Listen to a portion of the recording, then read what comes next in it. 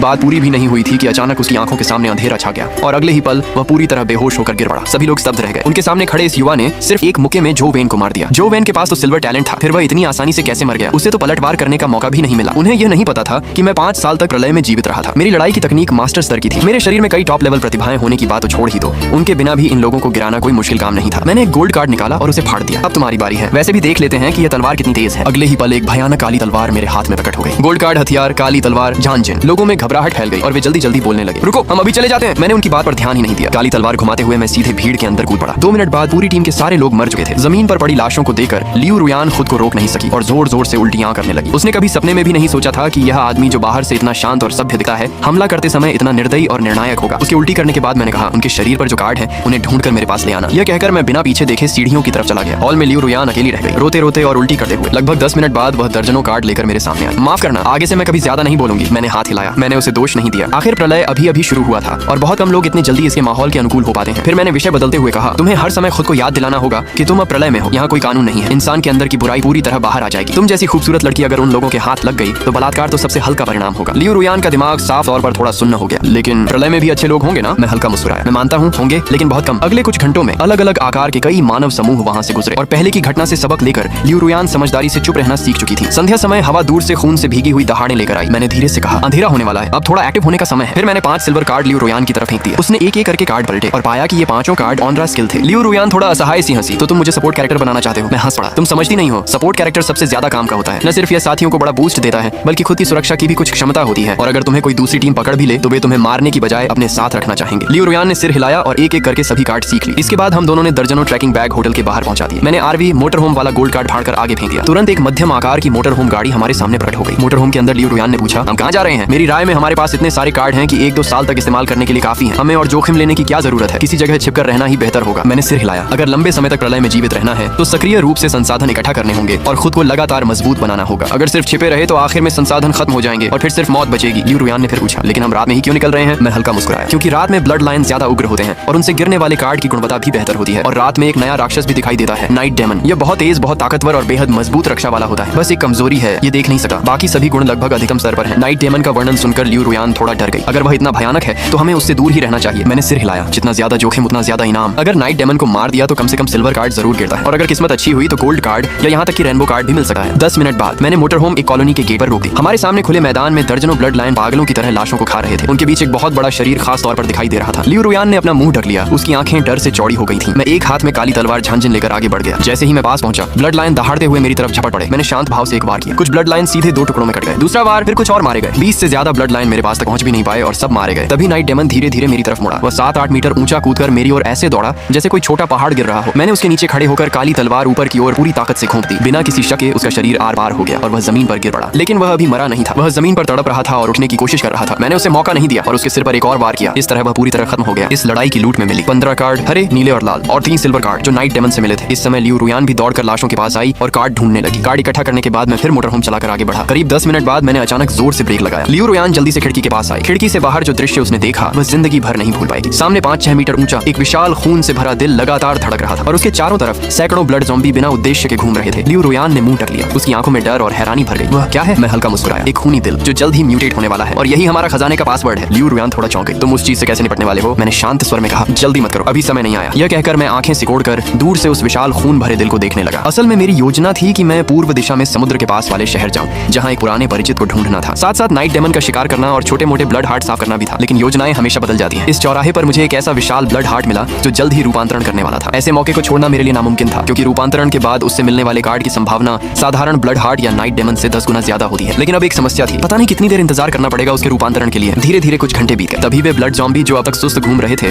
अचानक जैसे पागल हो गए और चौराहे के एक तरफ की ओर दौड़ते हुए दहाड़ने लगे। गरजते हुए वे आगे दौड़ पड़े। अगले ही पल लगातार तेज गोलियों की आवाज गूंजने लगी। सड़क के आखिर में एक मानव टीम दिखाई दी। उनके हाथों में बंदूकें थी। मैंने दूरबीन निकालकर देखा। पिछले जीवन में जिस समुदाय में मैं रहता था उसी टीम के साथ कार्डों को लेकर भयंकर संघर्ष हुआ था। एक तरह से वे हमारे दुश्मन थे। मुझे बिल्कुल उम्मीद नहीं थी कि उनसे यहाँ मुलाकात होगी। लगता है कि मेरे पुनर्जन्म ने तितली प्रभाव पैदा कर दिया है। लियू रुयान ने धीरे से कहा, क्या वह खून वाला दिल उनसे छिन जाएगा? मैंने दूरबीन नीचे रख दी और सिर हिलाया। इतना आसान नहीं है। अभी इंसानों की ताकत इतनी नहीं है कि वे उच्च स्तर के ब्लड हार्ट को नुकसान पहुंचा सके, खासकर यह वाला जो लगभग ब्लैक हार्ट में बदलने वाला है। अगर उन्होंने जल्दबाजी में हमला किया तो उन्हें बहुत भारी कीमत चुकानी पड़ेगी। लेकिन वांग फेंग को आने वाले खतरे का कोई अंदाजा नहीं था। उसने गोली चलाकर एक मोलोटोव कॉकटेल फोड़ दिया। धमाका! बोतल फट गई और एक विशाल आग का गोला बन गया जिसने तुरंत उस विशाल ब्लड हार्ट को घेर लिया। हमले के बाद वह विशाल विशाल ब्लड हार्ट अचानक तीखी चीख निकालने लगा। आवाज बंद होने के बाद एक टीम सदस्य आगे बढ़कर देखने गया, लेकिन उसने पाया कि वह ब्लड हार्ट पूरी तरह सुरक्षित था। वांग फेंग तुरंत गाली देने लगा, ये चीज इतनी मजबूत कैसे हो सकती है। तभी एक टीम सदस्य का चेहरा अचानक बदल गया। वह चिल्लाया, बहुत सारे ब्लड जॉम्बी, हम गिर चुके हैं। उसकी बात खत्म होते ही जो चौराहा पहले शांत था वहाँ से हजारों ब्लड जॉम्बी निकल आए। वे पागलों की तरह उन लोगों की ओर झपट पड़े। वांग फेंग चिल्लाया, मेरे पीछे आओ, घेरा तोड़ो। ये कहकर उसने एक सिल्वर कार्ड फाड़ दिया। फिर उस कार्ड से निकले 50 चाकुओं को लहराते हुए वह जॉम्बियों के झुंड पर टूट पड़ा। और ये सब देखते हुए मुझे हंसी भी आ रही थी और अफसोस भी। चौराहे से 4 रास्ते निकलते थे, तुम लोग कहीं भी भाग सकते थे, लेकिन आखिर मेरी तरफ ही क्यों भागे। लियू रुयान चिंतित होकर बोली, लगता है उन्होंने हमें देख लिया है। मैं बिल्कुल शांत था और बस इतना कहा, सारे कार्ड छुपा दो, मेहमानों का स्वागत करने की तैयारी करो। कुछ ही देर में वांग फेंग और उसके लोग मोटर होम के अंदर घुस आए। मैंने तुरंत रिवर्स गियर लगाया और गाड़ी को विपरीत दिशा में दौड़ा दिया। जॉम्बियों के झुंड से पीछा छुड़ाने के बाद मैंने गाड़ी सड़क के किनारे रोक दी। वांग फेंग ने तिरछी मुस्कान के साथ मुझे देखा, लड़के